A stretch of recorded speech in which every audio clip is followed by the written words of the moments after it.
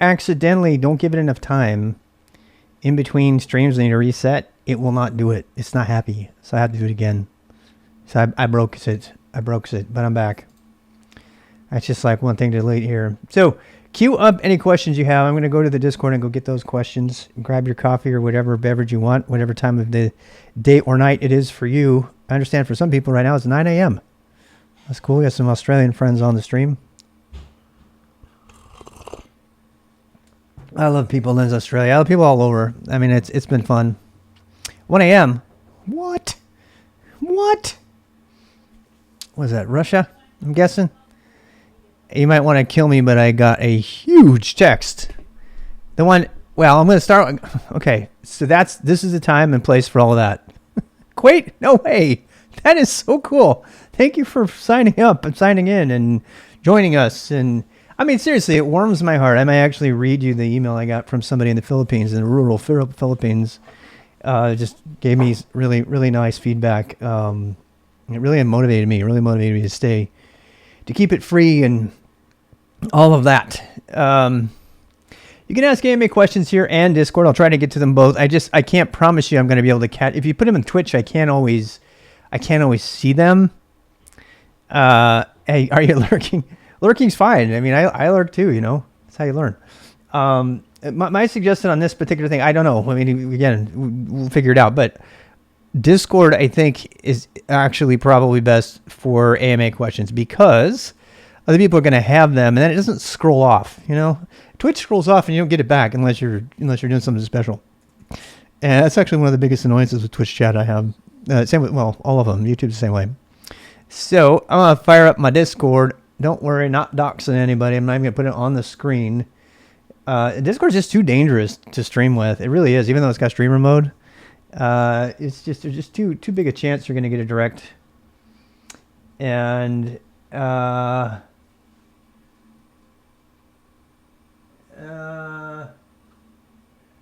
let's say you have like 1K people but 0 boosts. Yeah, you can. Somebody asked if they can boost my server on Discord. I'm like, yeah, whatever, I don't care. This is because I have like 1K people and 0 boosts. I don't care. I don't use Twitter. I mean, I don't use Discord. So the question is it okay to boost my Discord? And the indirect question to that is Discord going to be useful? So if you don't know where Discord is, go to the GitHub, github.com/rwxrob, click on Discord. It'll go in there, and you can go ask your questions. And there's a hashtag AMA channel in there, and that's what I'm going to be answering questions from right now. There are lots and lots of other places in there for you to ask questions, and that the community is in there. I apologize for any unmoderated stuff in there. I do no moderation. I've had some really great volunteers like let me know about some seriously inappropriate stuff that's happened in there, and they've cleaned it up for me. But I have no time to do that, obviously. So, but I do have a Discord. So I'm just going to put that out there. It looks like we got a lot of contributor feedback, so I'm going to go answer that too if we have time today. So we're going to be going until 7. So this is a full hour. That spams are all over the place. Yeah, there's, you know, look, why do you think I don't bother with Discord? You know, it's like, I don't have time for that crap. If the world is filled with idiots, and the less time we give them, the better. Unfortunately, they demand our time, and that's what they want to get our attention. So there's so many better things you could have done in the world besides that. So again, where's the AMA channel? I got to find my own channel here. Who keeps mentioning me in contributions? People keep mentioning me in here. No, there's everyone. Yeah. Oh, right. Yeah. Yeah. Okay. Good stuff in there. In the contributors. Gosh, I got to go back and read through all that contributors thing. There's been a lot of good stuff in there. LTN Bob, who was streaming for a while, works for a new company. Has he made that public? I wonder if we should make that public. I don't want to dox him. I hope he gets to dox himself though, because he works for a cool company. He does. He works for a really cool company. And I don't know if I'm allowed to say. I mean, I nobody can say when I'm working. Please don't. Damn. All right. So here we go. AMA. So I'm gonna have to go back, way back to the AMA stuff. I think it's safe for us to put this on Discord on the screen. So I'm gonna go ahead and do that. the risk. I mean, you can't really read it. It's not that big, so I'll just read them to you in case you're wondering. And if you're in podcast mode, I would like to figure out how to do this into a podcast. If there's anybody out here who has podcast skills, I've done podcasts in the past, but I just don't want to spend time on it. Who could put some structure around how to make it into a podcast. I've been listening to podcasts for a while now since we got smartphones back, and I think a lot of the AMA content could become podcast worthy. So the AMA content could be podcast worthy for once a week, questions about stuff. And because it is very, audio oriented, it's not going to be a lot of demonstration going on. So if anybody's interested in that, I'll just put that call for volunteers kind of out there. I'm going to go to the very top of this channel because I just barely opened it recently. So if you put your question in here, I'm going to call you out. I'm going to actually use your name. So what is this? How do I say this? Ifo Hancroft. Some of these names I'm not going to be able to pronounce or say for many reasons.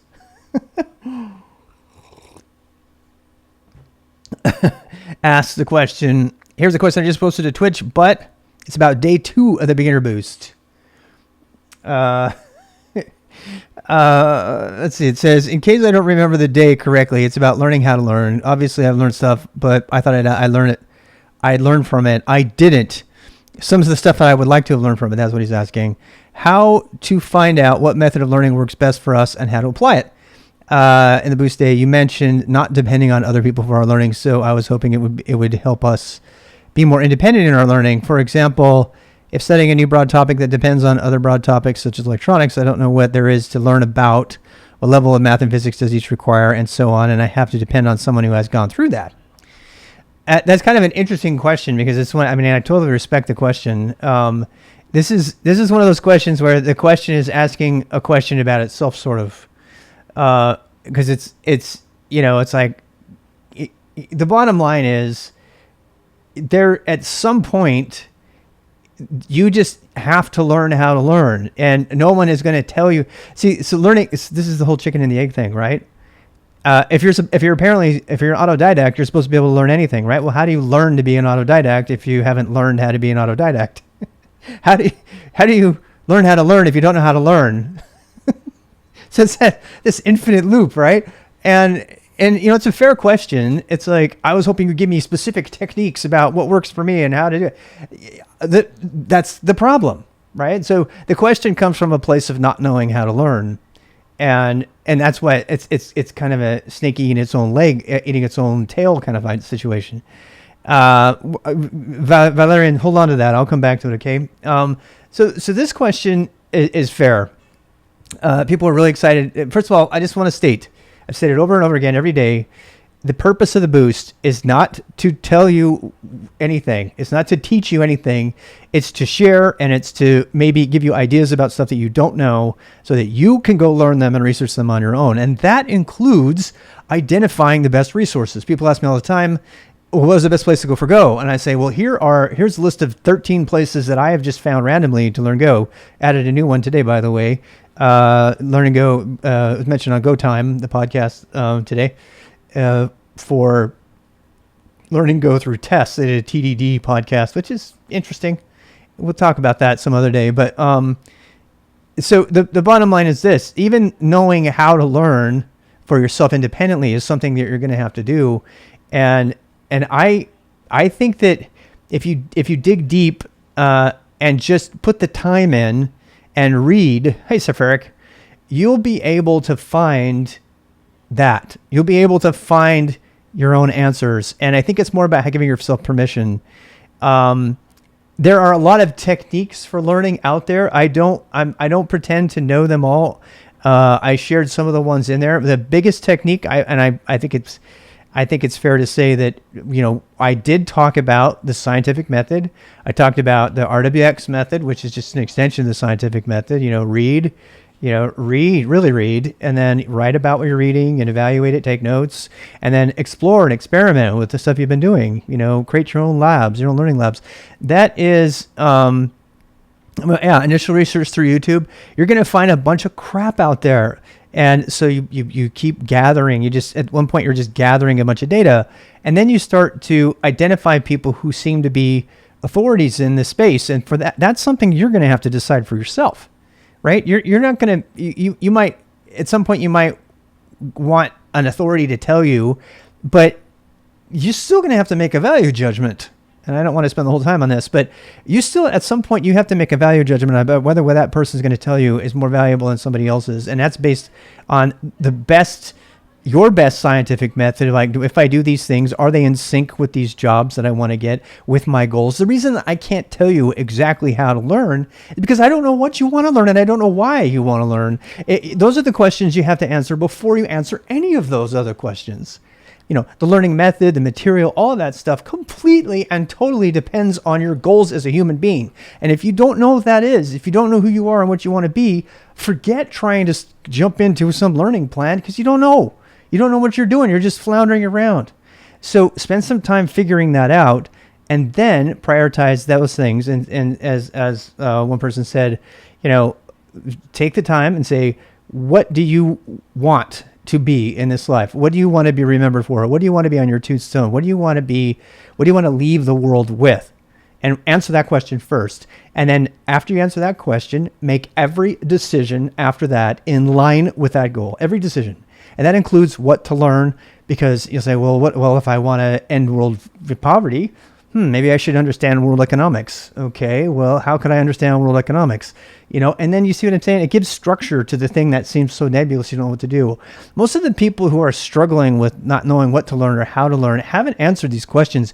And if you dig deep enough, and I've done this with people over the years, for 8 or 9 years, if you dig deep enough, it's usually they don't know what they want to do. And there's some level of sometimes depression involved and things like that. They really don't know what they want to be, and that's fine. But it's time to start exploring, right? It's time to start exploring a few things and just jump in and do something. Okay. So I'm glad that was the first question, because that's a super important question, particularly for the boost. God knows I cannot cover all the material. We've done shell scripting in like 3 days. And there's just no way we're going to cover all of this material in 130, 140, 150 days. It takes your commitment to doing it, setting aside the distractions that you have in your life and making time for some soul searching, go for a walk, and then in addition to that, then starting to use the methods we talked about on day 2 to write down what it is that you like to do and who does that. Find people who do that, and then ask them, well, what do you do? Well, what do you do? And then learn that way. That's what makes us human, right? Is that we share that kind of stuff. Okay. So, and be aware. I want one last caution. Be really, really cautious if someone comes to you with all the answers. 10 best ways to do this. 5 top languages for this. The 27 best ways to be happy in life.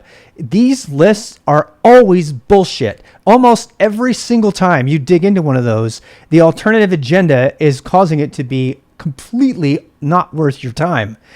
I'm telling you, just don't waste time on that. Be a good curator of knowledge. Learn to think critically, to see past the fanfare and the marketing.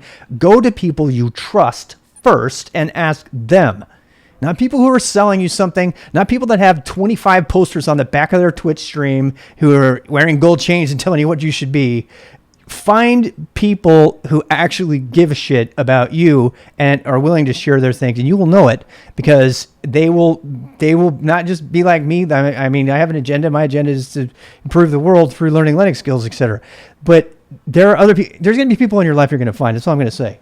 There's lots of them, and I could name 5 off the top of my head right now. People that I've met through this mentoring who are all the same, and they are really, really great.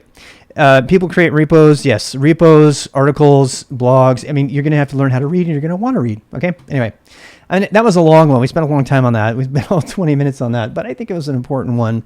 And so let's go down here. Okay, I can go over that. I said this is good because I'm sure other people have similar questions, and it is good. That would be amazing. Okay, well, there you go. That's the best I can do. A lot of these things, it's not hand-holding. Please, by the way, if you're reading my Zettelkasten recently, there's going to read a lot of profanity with regard to this thing that we're fighting, this pervasive laziness in all of humanity when it comes to learning. And I'm not accusing you of being lazy. What I'm saying is there's this idea that if we're not given it, that we are not going to, it's your job to teach it to me. You taught me bad as a teacher. You didn't give me the proper training. You didn't authorize my convention. This idea, or like people put tens of millions of dollars into corporate training systems and all of this stuff, and getting, Udemy this and Udacity that and Pluralsight this. I was just in a training all day today, and I was like, this is so completely ineffective. And you know why? Because it's all based on the assumption that some organization has to be responsible for the learning. And if everybody would just take responsibility for their own learning and get off their ass, the world would be a better place. The world would be a better place. And if they would give themselves permission to do it and not be afraid, there's this fear that you can't do it. You absolutely can do it. I constantly rant on this, and you absolutely can do all the learning on your own. And that's not my style of learning. Maybe that's true. I'm not you. So you make your own decisions, but I'm telling you, you got to give yourself more credit. Okay. So, and I think that we spend, I need to know, to know and learn is there is no rules. You make the rules. That's well said, Cypheric. Perfectly well said. What does rant mean? Rant means to yell loudly about something you're passionate about. Hey, YouTubers, welcome. Okay, so let's keep going here. So, okay, everybody, here's the official AMA channel. I said that. Okay, cool. Cam's really cool. Let's see. Oh, how did I get arrested in Russia? Remind me to come back to that. How do I do that? I got to put a note that says come back to it. I have to put one back that says I'm going to come back to it. Not the poop emoji. How about watermelon? Okay, if it's watermelon, that means I'm going to come back to it. Okay, I can't reply to that right away. You want the short answer or the long answer? You can pin messages. Okay, that's very smart. Very smart. You guys are much smarter than me. I do not know how to GUI. I do not GUI. So embarrassed. Pin message. Somebody do this for me. All right, I'll ask that question, okay? How about this? I'm going to pin all the questions. How's that? Let's see that. Pin message. All right. Okay, pin it. And then you know what? I'll put a link to this video. How about that? And then you can go watch the video. How about that? Oh man, I'm getting fancy now. Okay. How did I get arrested in Russia? Which time is really the question. The short answer to this, I'm going to keep it under 5 minutes. Okay. The short answer to this is I was working in a city called Nizhny Novgorod. I was a Russian cruise director. And I had set up, I know this is going to date me, but I had set up CompuServe in the 90s, 94, 96. This is right after the Russian Revolution. And Nizhny Novgorod had very recently been opened, and I was a cruise director running cruises for a company called Ameris Cruise Company.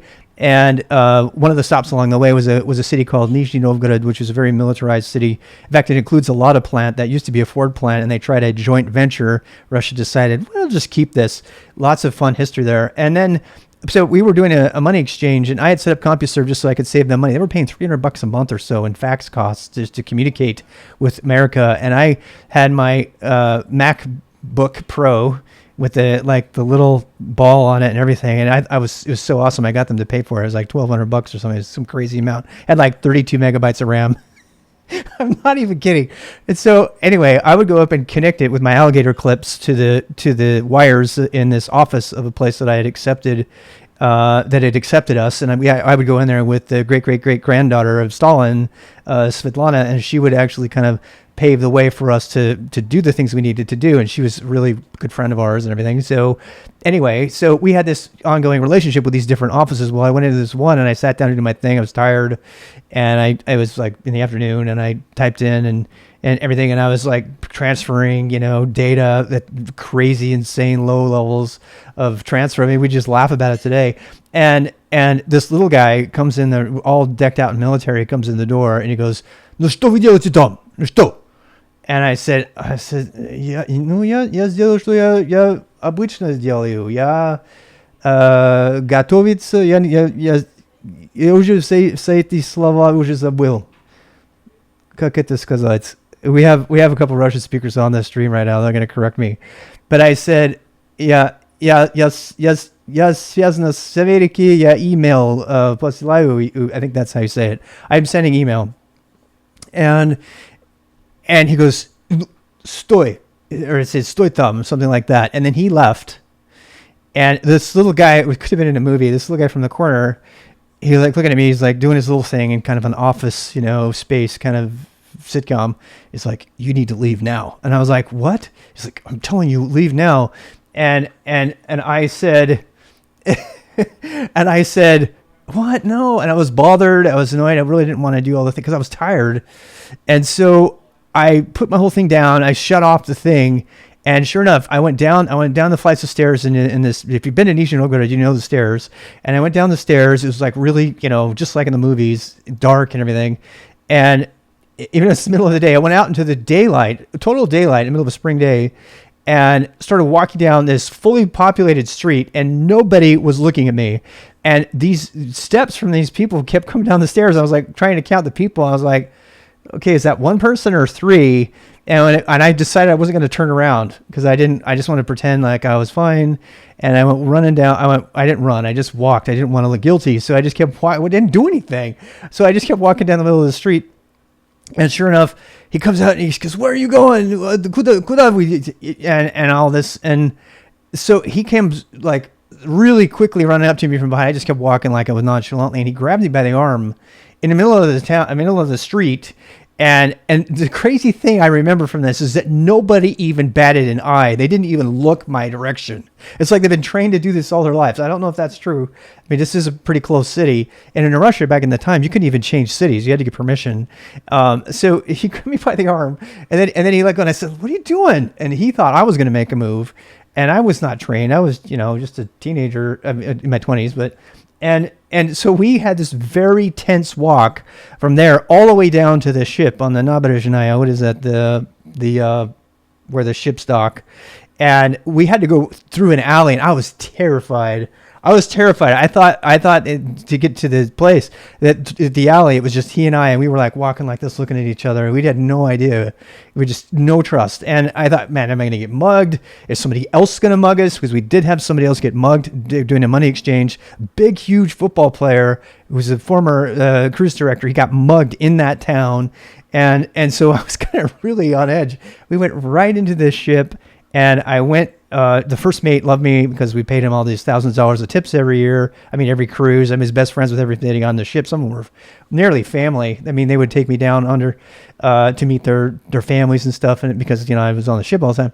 And I went straight. I just walked without even looking. I walked straight past the front desk, past the first mate, and the first mate goes, "Whoa, whoa, whoa, whoa, whoa!" And he stops this guy, and they were going off talking in Russian like crazy. And I was like, I said, "Can you just explain it to him?" And he smiled, and then he just did it. And I went and sat at the dinner table, told my story to everybody because I was late for dinner.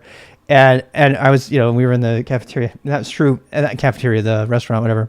And so we sat there and talked. And then from then on, I was Rob, nasz szpion. And everybody on the ship would make fun of me.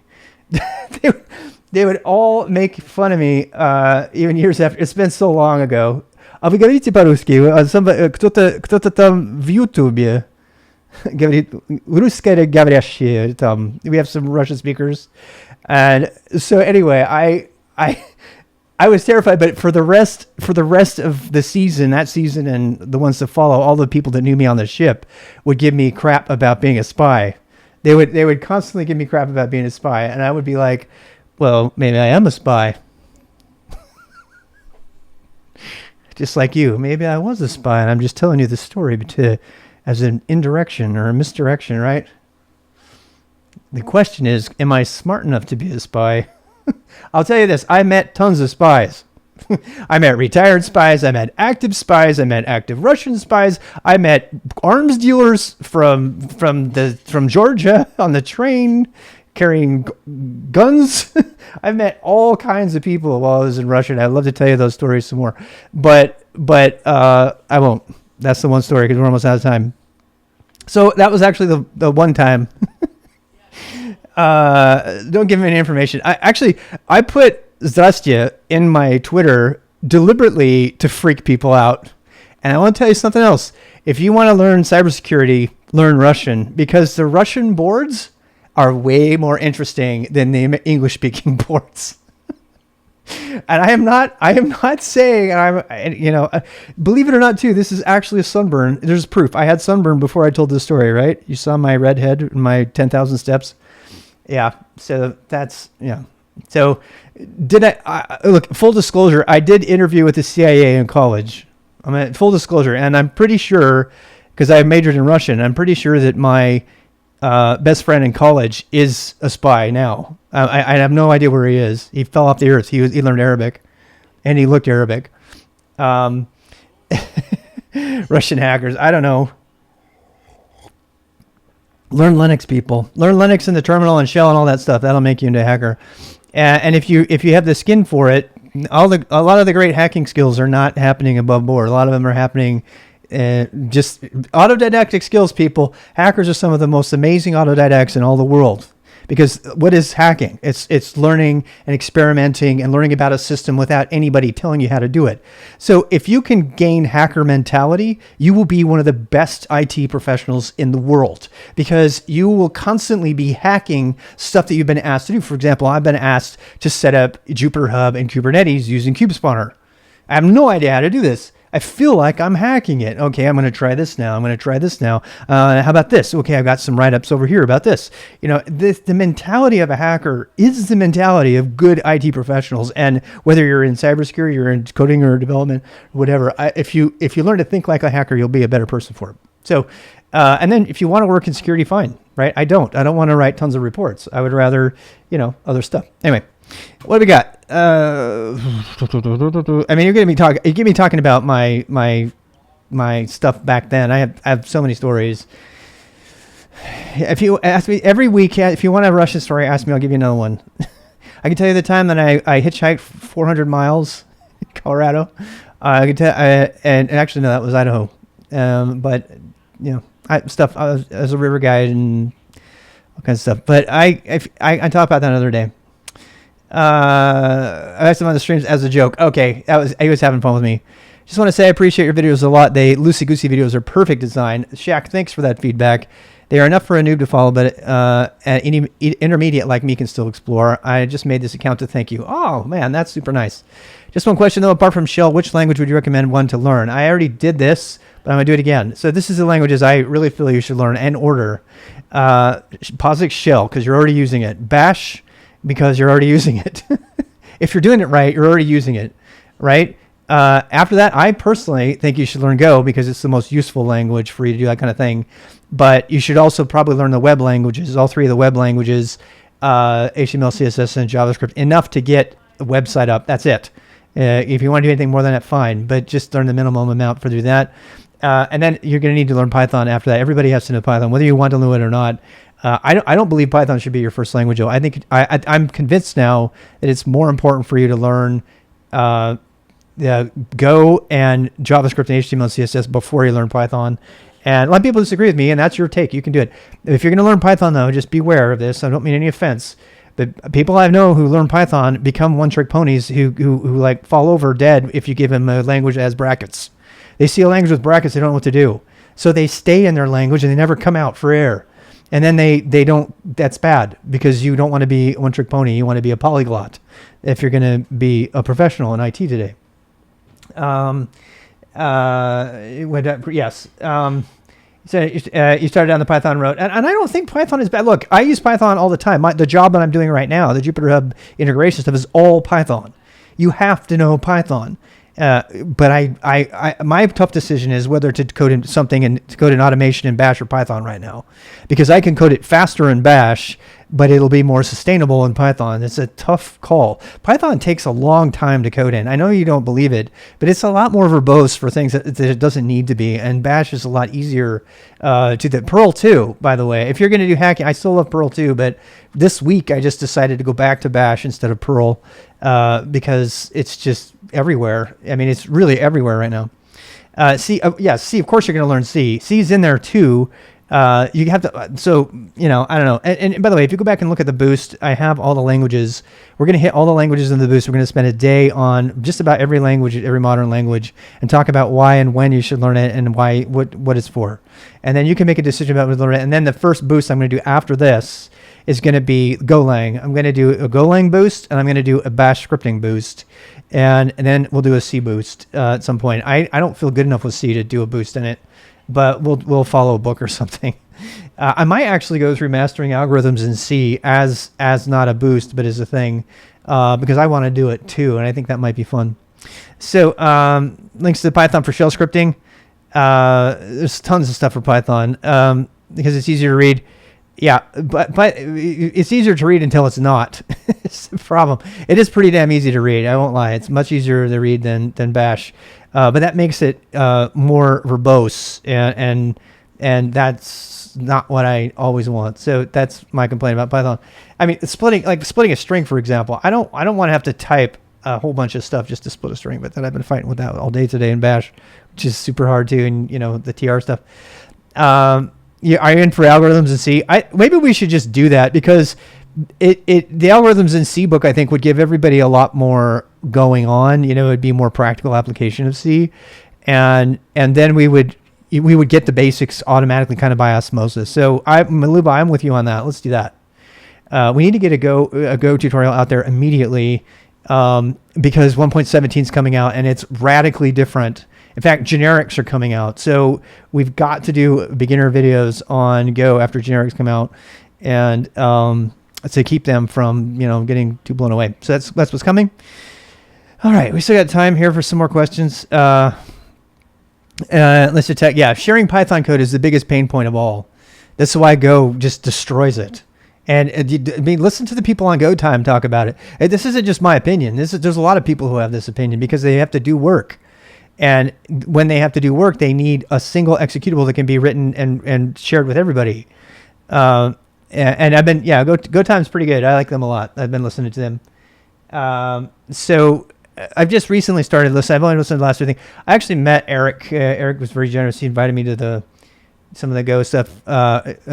He's been on here. If he's out there, say hi. It's been a while since he's stopped by. I might have pissed him off at one point. I piss everybody off. So it's just a matter of time before I piss you off. So just just be ready, because it's gonna happen. I'm sorry, but yeah, I hope he's still a friend. But yeah, he's one of the guys who started Go Time, and he does the Go conferences and stuff, and invited me on the Pagan project to demo that, and he has an O'Reilly contact too. I need to talk to him about, because I may actually put the Boost stuff into a book, maybe, but I'm not gonna ever charge for it. Anyway, University of C++, never learned C++. I actually want to learn C++, modern C++ again. Yeah, I've thought about doing a Boost book. Yeah, because there isn't one. There's no all-inclusive Boost book. If there's anybody who wants to help write the book, I mean, we have the outline. The outline of the Boost is kind of materializing now. So what we would do is we'd actually flesh out all that stuff with actually writing and tutorials and things and references to the resources, and then we would have the videos to go with it. So yeah, we could use all the sets and stuff. We've got a lot of material that we've almost got enough. As a community, I wouldn't do it unless it was a community effort. I wouldn't.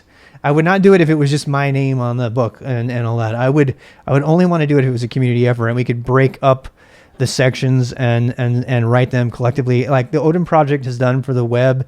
Like the Linux command line book, there's a book that was another community project. So I think we could make a pretty good beginner Boost community book to publish, and then we would, I don't know whether we would do it with no starch or whatever, but if that interests you at all, please keep us in mind. And if you have writing skills in particular, or you know how to translate and that kind of thing. So I'm very serious about that. I'm kind of trying to plan. We're kind of at the midpoint in the beginner Boost. It's probably gonna be about 130, 140 days total, and so I'm kind of trying to see what's coming next after that, and that we know it's gonna be a couple of the languages and stuff like that. I actually just answered my own question here about this other language learning thing. Yeah, Portuguese, whatever. Yeah, it would be great. I was reinforced in my motivation to that when I listened to the Go Time today, because apparently Learn Go through testable examples is a book. I didn't realize it was a book. I knew it was a site, but it's a book that he started off and has maintained. It's now in Portuguese and and Japanese and a bunch of other languages. He talks about it on the TDD podcast today. And so I appreciate that. I appreciate that the community are together. We might be able to actually pull this off. By myself, it's not happening. But if we did it, if we collaborate, I think we could do it. So anyway, languages. So I do think you need to learn a web language. I love JavaScript, despite how abused it gets all the time. You do need to learn it. My selection of languages is what I just put a Zettelkasten out there note about this. The hard thing about picking a language is there's really, I'm not smart enough to have 3-4 languages queued up all at the same time. And if you know what I mean about that, what I mean is that I can only pull out of my head without looking something up the syntax for Bash, Shell, and Go right now. I coded Perl. It's a true story. I coded Perl for 15 years professionally, gave talks on it and everything. Java too. And I cannot, the other day I was coding in Perl and I was embarrassed. It was all live. I was embarrassed because I could not remember the syntax for some of this stuff. The stuff that I coded all the time, every day, because it's not fresh. It's not in your, your onboard cache, right? And some people have so much RAM that they can keep all those languages right at their fingertips. Some people have 0. I think it is the one from Alex Maluba, I think, yeah.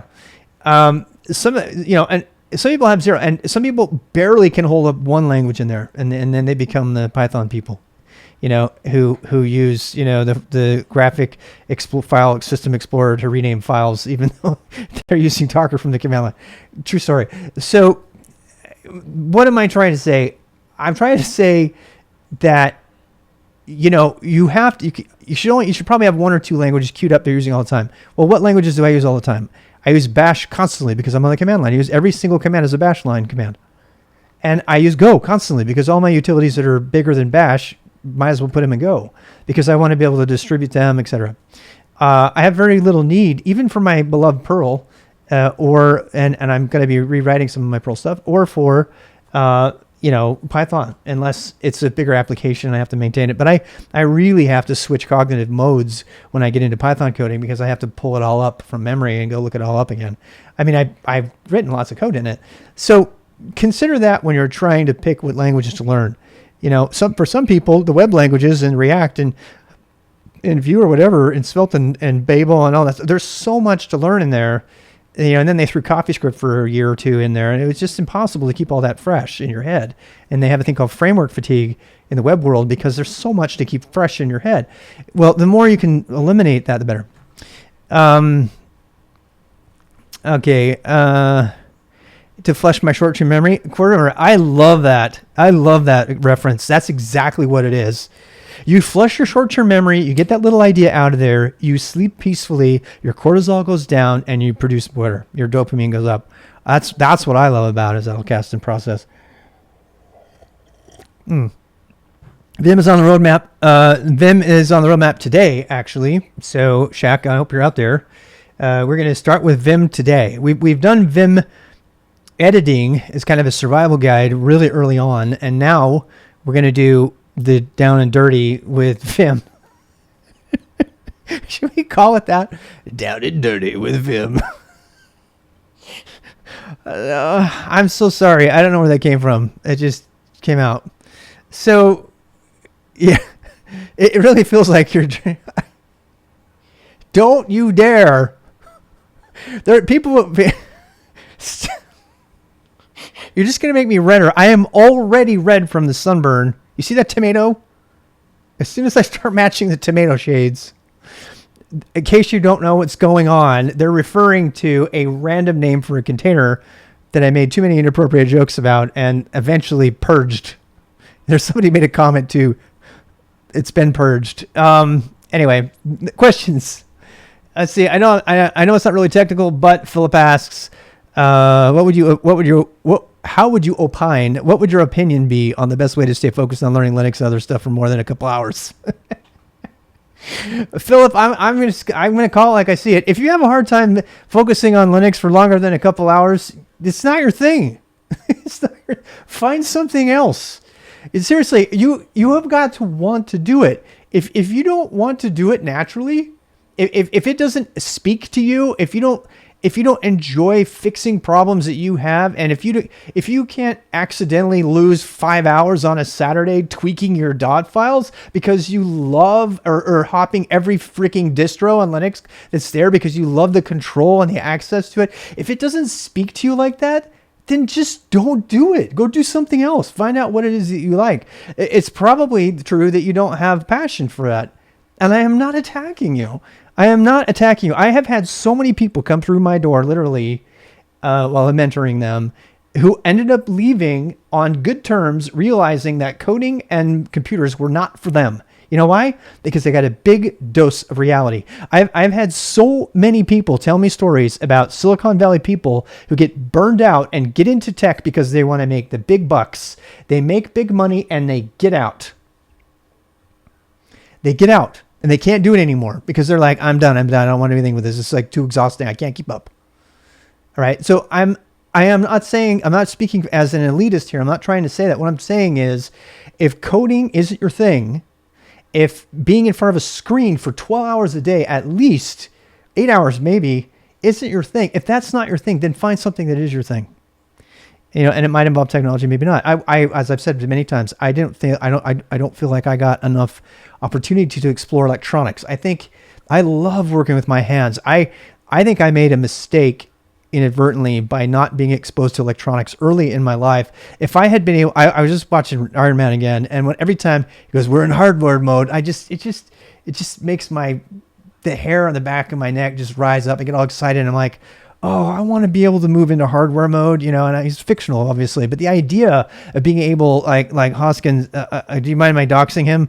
He does CNC programming, so he's actually working with hardware all the time. And so, you know, working with things that move in the real world and then writing software for those things and then also doing the mechanical engineering for those things, like an Iron Man kind of idea, that's like the holy grail for me. And I'm not done. I'm not dead yet. Maybe I'll still get to do all that stuff, but I wish that when I was younger, had more exposure to electronics, because I think I would have really, really loved it. You're a robotics researcher. I hate you. See, you got the cool job. You know, you combine Kubernetes with robotics. You know, Kubernetes has a controller pattern built into it. It's built into it. The same exact pattern that's been popularized by, you know, robotics is the core essence of Kubernetes. And then people are doing Kubernetes systems to power up all kinds of different robotic systems. It's going to be fun because the K3OS stuff is going to be merged. So anyway, figure out what you like and find it. And if it's not this, don't lament the fact. There's no sunk cost fallacy here. You just don't like it. Go find something else that you like. Maybe there's some angle on it that you need to figure out. Like you really like graphics and stuff. I know people. My son actually he did not want to do anything with the code, but he got really sucked into the graphics. His game just got released. Actually, I need to go punt. I'm going to talk about that later. His game just got released and it's got all of his art in it. He was the principal artist on this game that he collaborated with actually a military guy who was writing all the coding for the game.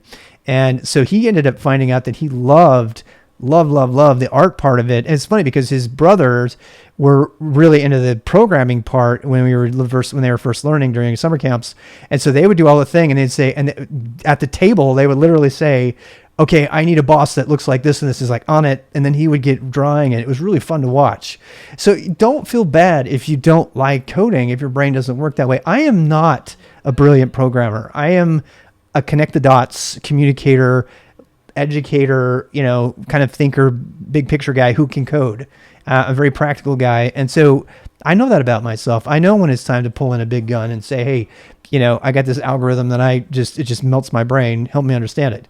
Or that's why I want to do the Mastering Algorithms book, because, you know, somebody like Maluba and I might be able to crack all those things. But it's more fun when you have something that you're working toward. Like when I was working on Pagan, you know, all of a sudden I wanted to know everything about rooted node trees. And there's like 2 pages of my big old Bible of computer science that are like really worn because I had to use them all the time. We're over time. I got to get ready for the next boost, but let's go down and do another couple questions. What resource are you using? What is your technique for studying? I'm gonna have to put off all of this to day 2. Go watch the RWX days 1, 0 through 3. They talk about studying. I use the RWX method for everything, and you can constantly watch me using that. I use the internet for everything. Taking breaks can refill concentration, absolutely, especially going for walks. I've been getting a lot of value out of going for walks and having a podcast in my head. And I can now speak into my phone, now that I'm okay with the privacy thing. I can do Zettelcast on my phone by speaking into it while I'm going for a walk, so it's even better. Working to set a schedule can reduce the use of willpower. Yes, this is true. Stamina to work at work learns to grow with time. Yes, this is true too. Philip, right now, right now I'm doing data science with stuff, so Jupyter Notebook. Nice. Ooh, reading tutorials online to learn. Philip and I need to compare notes. Look, I had Quartermer. I had smartphones. I had our smartphone when you were in diapers. No, I had our smartphones before. I really did. I wrote Sava, which is conversational assistant virtual agent, which I'm going to go back to writing now. Now that voice processing is a thing, and I want to write some BERT machine learning for natural language processing. It's like all in my list of things to do. There's too much to do. If you don't have something to do, just look around, people. There's like so many amazing, cool things happening now. Learn by doing, follow tutorials. Yes. I don't like to call them tutorials. I like to call them labs. I found out today that Google calls them labs as well. I love that. Lab is a better thing. It's not a tutorial. A tutorial is something that comes from a tutor, and a tutor is not what you think. Go look it up. Just a pet peeve of mine. Taking breaks can refill connection. Yes. Talking about breaks there. I don't use social media. I have started to use Twitter to put notifications out there.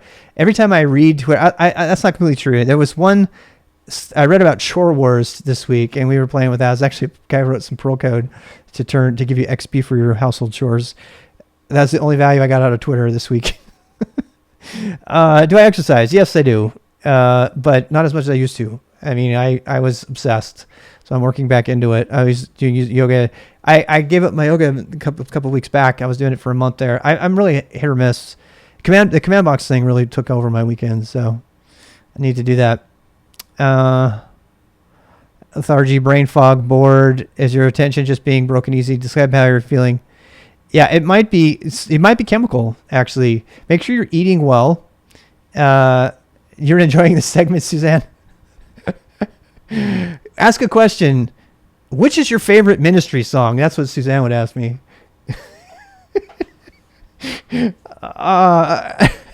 Right? Something like that. Yoga and fitness are the best managed opportunistically. Yes, it's true. And Suzanne's a big yoga person as well. So, yeah, my wife and I are certified yoga instructors, but you never know it in my case. I can do a handstand forever.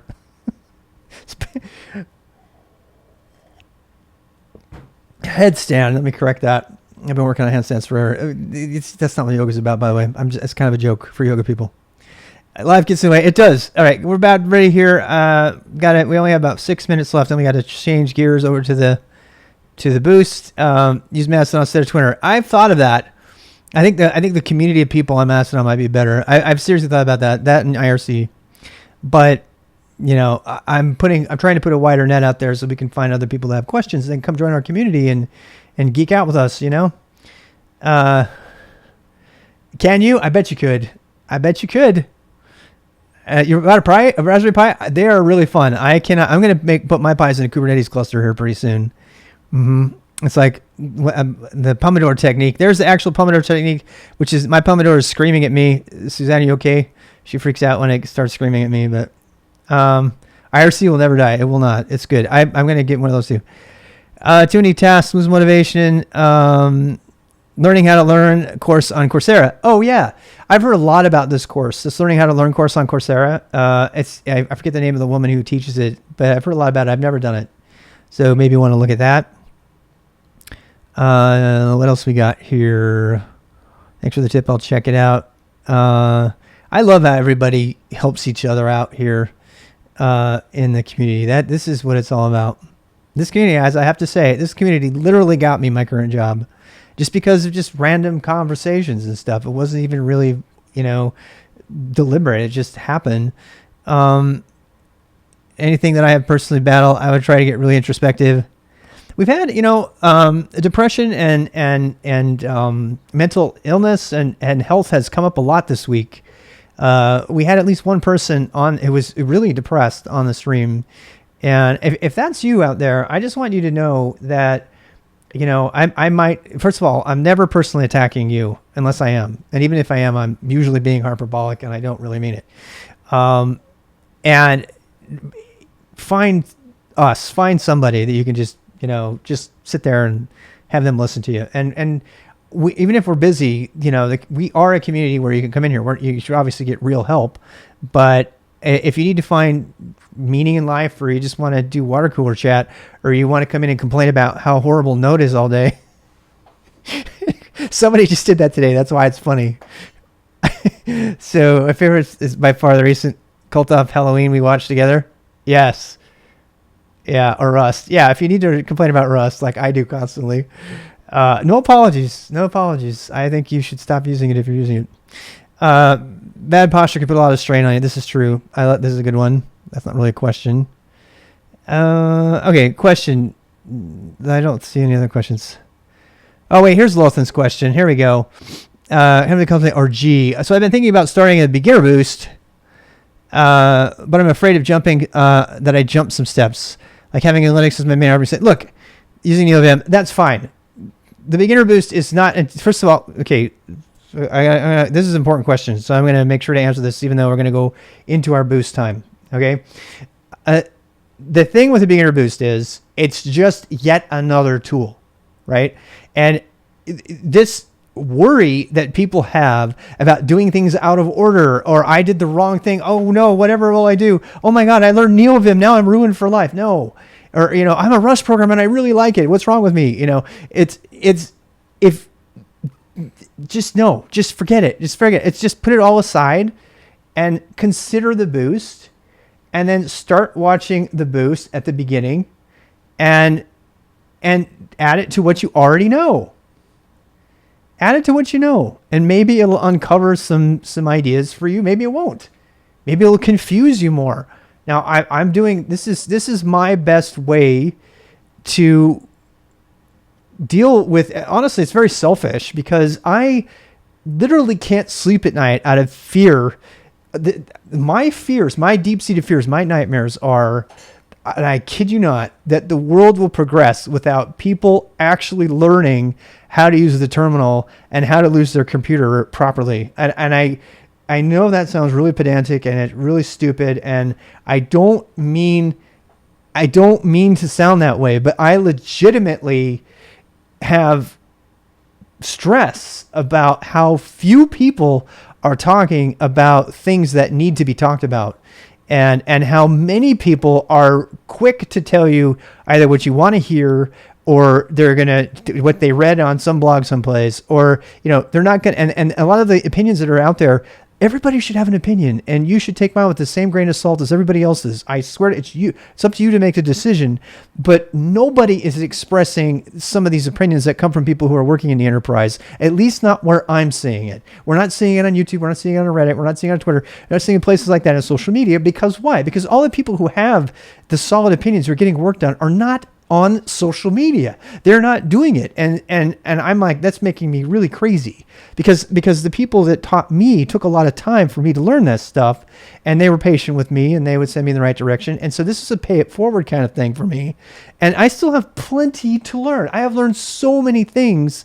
One of the things that I'm the craziest things of all, I never learned that you could do DAP. I never learned macros in Vim. I never learned that you could use / in front of an alias to disable the alias and get the real thing. I never learned any of those things until I came here on the stream with this community. So I just want a community that is focused on primarily on the server side, and that is dealing with these things, and take them one day at a time. Go back to the one boost at a time. I probably miss stuff. The reason that I have the boosts every year is because I am going to miss stuff. You're going to miss stuff. We're all going to miss stuff. Stuff's going to change every year. And then what? I didn't have containers at all in the boost last year. You know why? I didn't know containers. I'd never written a Docker file in my entire life. I even got the job anyway. I told him, I said, look, I have never done Kubernetes and I don't know Docker at all. No, that's fine. You'll get it. I'm like, okay. So you know why though? You know why I got that job? Because I had the foundations. I had been boosted. I had the foundations, and I knew everything else that I needed to learn in the cloud native space built on those foundations. And unfortunately, not enough people today have those foundations. They know how to make a web app, sort of, but they don't know the foundations. They don't know how to use their computer. Sorry, I'm spitting now. I was just a minute. I watched the boost, got more comfortable with Vim because of it, and it saved me. Oh, I gotta like mine all this for positive feedback and put it in my something, because this is, that's the payment for me. I'm going overboard a little bit here. Let me read the rest of this question, make sure I didn't miss something.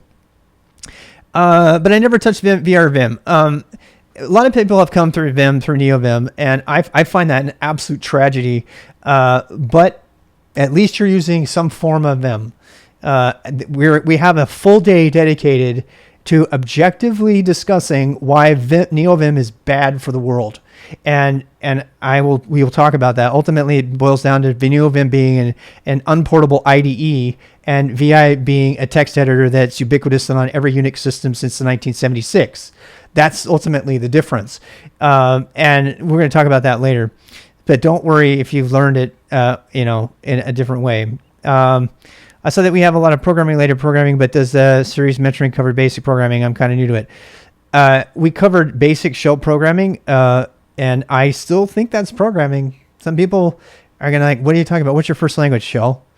Well, what do you mean? Well, every line that you type into the terminal is a command, so you're coding every time you use the terminal. It's true. It's absolutely true. You're using an interpreted language every day. That is not hyperbole. That's not some roundabout way of saying you are coding every time you're using the terminal, period. Now, whether you use if statements and logic and stuff or a function is a completely different question. But you can, as soon as you put them in your bash RC, you're using it. What does it say? Oh, Suzanne says she loves this whole bit about wishing I had got over electronics. I had been more involved in electronics. I so relate. The feeling grown over the years working IT. Yes. Really, I wanted to put my technical passion at work, which results in physical output into our world. Wouldn't it be fun? I mean, it's one thing, software is great, but when it like moves things, makes lights come on, spend my evenings trying to learn what I can. Yeah, that's what we're doing. That's what it's about. We're almost done here. Should I wait until next series of the Beginner Boost series or follow the current one being day 32 behind on a big deal? Now, that's a good question. So let me rephrase that question. I know we're like way into boost time. So if you're here, I'm still doing AMA, and then I'll take a break, and don't worry, we'll still do today's boost, which is the first day of Vim RC. We're going to do Vim configuration today, day one of Vim configuration. So, I'm going to ask that question again. This is an important question. Should I wait until the next series of the Beginner Boost series or follow the current one being 32 days behind and not that big of a deal? The answer is whatever you want. I'm not trying to dodge the question.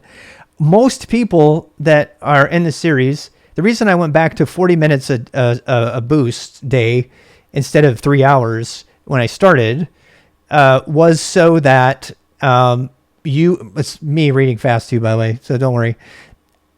The reason that we're doing this is because I want you to have as much as possible digestible segments of this. I mean, if you're really doing this learning, you should not just be watching the video.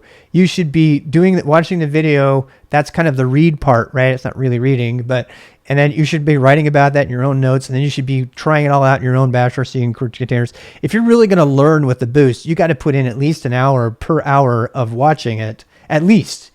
And if you're not, so I boiled it all the way back to 1 hour a day, because we're asking people to do 20 hours a week or so. No, 10 hours a week. 10 hours a week. You can run the videos faster. You can just read this stuff. You can read the outline. You can read the outline and skip the video entirely. That's the goal eventually. So if you just want to read the outline, you don't even have to watch listen to my stupid voice, talk through all that stuff. But if you're just messing with your dot files, like on a Saturday, maybe you take a couple hours and just mess with your dot files in your container and put on the videos and just put them on fast, and maybe you'll hear some ideas or something. And I mean, that's the goal. Okay. So that's a lot of time though. So there's no way you're going to, if we're already on day 32, there's no way you're going to catch up. So the question is, we're about to do the VI stuff. So it's really up to you to decide if you want to just watch the videos where we're at.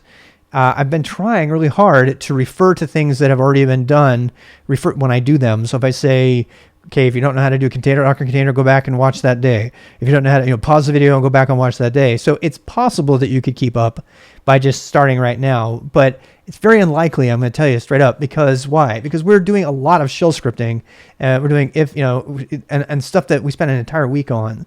So I don't know what to say to that. I would probably, if I were just coming into the boost in the middle, I think my best advice would be for you to stick with day 0 and go day 0 up, and then come to AMA day and ask your questions that you weren't able to ask live. I think that's probably my best advice there. So let me say it again. If you are coming in the middle of the boost and don't know what to do, start on day 0, build up one at a time, and then ask your questions during AMA so you can still have the connection with the community. And then during the time that I am boosting, you should go watch another video, right? Maybe you can even watch it during that exact same time so you get the same feel. You can even watch the video and still have IRC up and, and kind of feel like you're in the community at the same time. Of course, the stream is on all the time, 24 hours a day anyway. So you can do that. Yeah. Anyway, so rants and raves are worth it. Don't encourage me. That's a lot of questions. Good. No, that's fine. Yeah. Yeah. I'm really glad you asked that though, because I know a lot of other people feel like they're behind. You're rusty and sloppy. Your English is fine. To all of the non-English speakers, let me just say, we're not worthy. We're not worthy. We bow down to you because in addition to technology, you have to learn English well. And you have to learn slang and you have to learn tech terms and crap. I've learned 2 foreign languages like pretty fluently, and I'm telling you, I have so much respect for the internationals out there whose primary language is not English.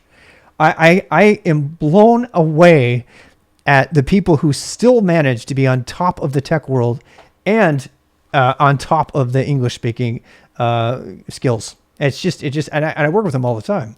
So I seriously have so much respect. I actually still have my Russian dictionary of what was it called? L'ordinateur. It was like, no, that's my French word. I can't, informatique. It was like that or something like that.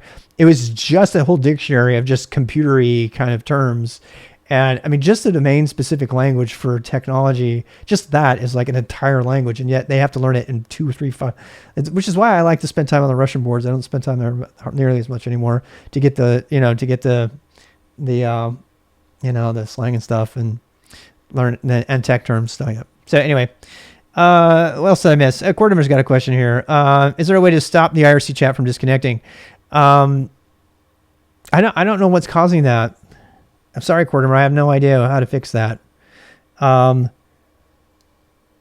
do not know how to fix that. I want to set up an IRC version of the channel as well, in addition to the Twitch one, but it's not a priority right now. Sorry about that, but there's just too much other stuff going on. Yeah, I know. People learn. I know. That's what I'm saying. You learn English, man. All right. So I am going to take a 5-minute break, and I'm going to drop the stream.